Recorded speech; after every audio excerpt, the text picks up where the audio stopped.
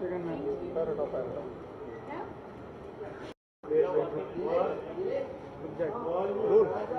एक अलग हट के फिल्म आ रही है आपकी, तो क्या कहना चाहेंगे किस तरह का कैरेक्टर फिल्म के अंदर आपका? इस फिल्म में जो मेरा किरदार है अनिका का, वो बहुत ही ज़्यादा इंटेंस और लेयर्ड है। ऐसे पार्ट्स मिलते नहीं हैं फीमेल प्रोटैगनिस्ट को करने के लिए। ना ही तो वो बहुत ज़्यादा अच्छी है, ना ही वो बहुत ज़्यादा बुरी है, ना ही परफेक्ट है। शी इज़ नॉर्मल, जैसे नॉर्मल ह्यूमन बींग्स होते हैं। और स्ट्रेंजली इवन दो कहानी दो लड़कों ने लिखी है, उन्होंने जो एक फीमेल प्रोटैगनिस्ट की क्या दिक्कतें होती हैं, क्या कॉन्फ्लिक्ट्स होती हैं, उनको बहुत बहुत ही डिटेल में लिखा है। तो जब मैंने स्क्रिप्ट पढ़ी थी, I was like my God, मुझे अगर मैं ये कर सकती हूँ तो मुझे करना ही करना है।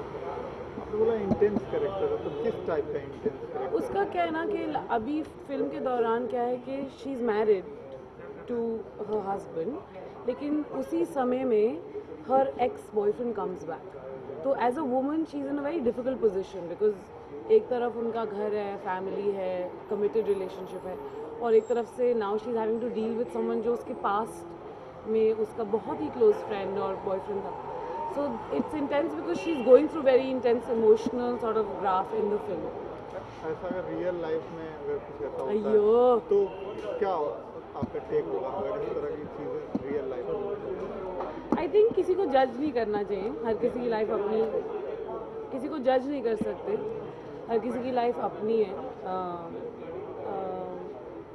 चाहे से वो एक्स्ट्रा मैरिटल अफेयर हो या आप कमिटेड हैं, जो भी है आपकी लाइफ है, आप खुद ही समझ सकते हैं आपके लिए बेस्ट क्या है।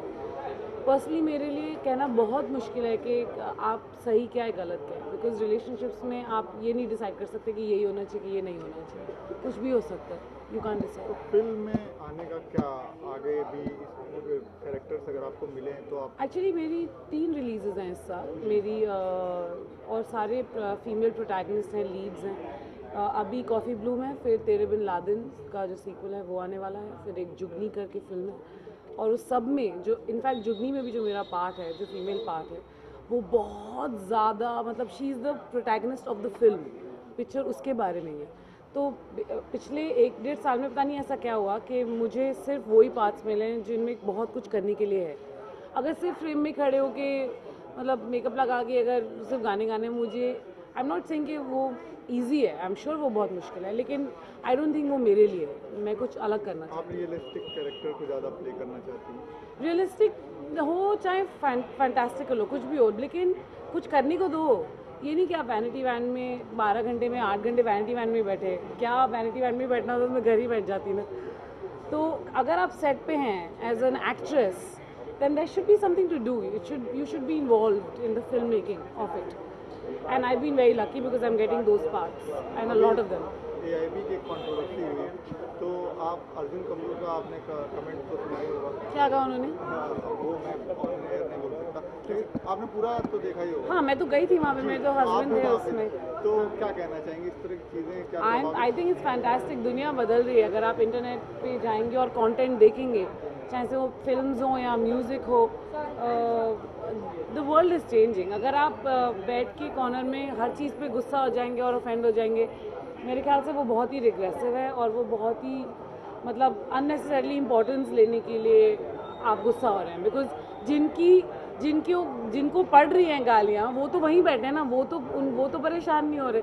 तो आप अपने घर में बेडरूम में बैठ के परेशान हो रहे हैं, तो वो आपका प्रॉब्लम है। मेरे हिसाब से जो उन्होंने किया वो it's fantastic, because insult comedy का कॉन्सेप्ट ही वो होता है कि आप किसी बंदे को बिठा के उनकी इंसल्ट करेंगे, उसका कॉन्सेप्ट ही वो है। अगर आपको वो नहीं पता तो then too bad basically. Thank you very much.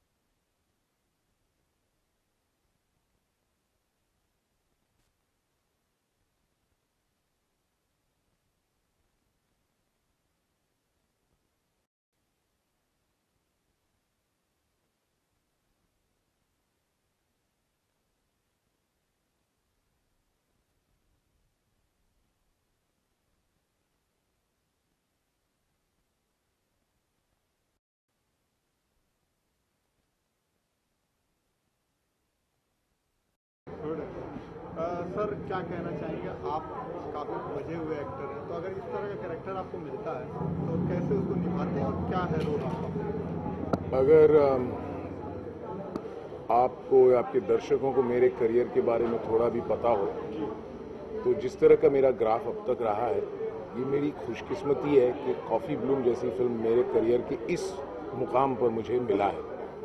ये एक बड़ा ही सिंपल येट लेयर स्टोरी है जिसके पात्र सुलझे हुए भी हैं लेकिन उलझे हुए भी हैं, और ये पूरी कहानी एक कॉफ़ी ब्लूम, कॉफ़ी की हार्वेस्ट, कॉफ़ी की जो सीजनल जो उपज होती है, ये उसके दौरान इनकी रिलेशनशिप का भी एक ग्रोथ होता है। किसी का रिलेशनशिप स्ट्रॉन्गर हो जाता है, किसी का रिलेशनशिप बंद हो जाता है, ख़त्म हो जाता है, मगर सब कुछ वो कहते हैं ना, ख़त्म नहीं हुआ है तो पिक्चर अभी बाकी है। ये पिक्चर ख़त्म हो जाता है, ये संपूर्ण तरीके से सारे पात्रों को अपनी अपनी एक एंडिंग मिल जाती है। हैप्पी नहीं, इट्स एंडिंग, सबके कैरेक्टर्स को क्लोजर मिलती है, एक सब बंद हो जाता है। ये नहीं कि इसका क्या होगा आगे, ये क्या करेगा, उनका क्या हुआ, ये नहीं।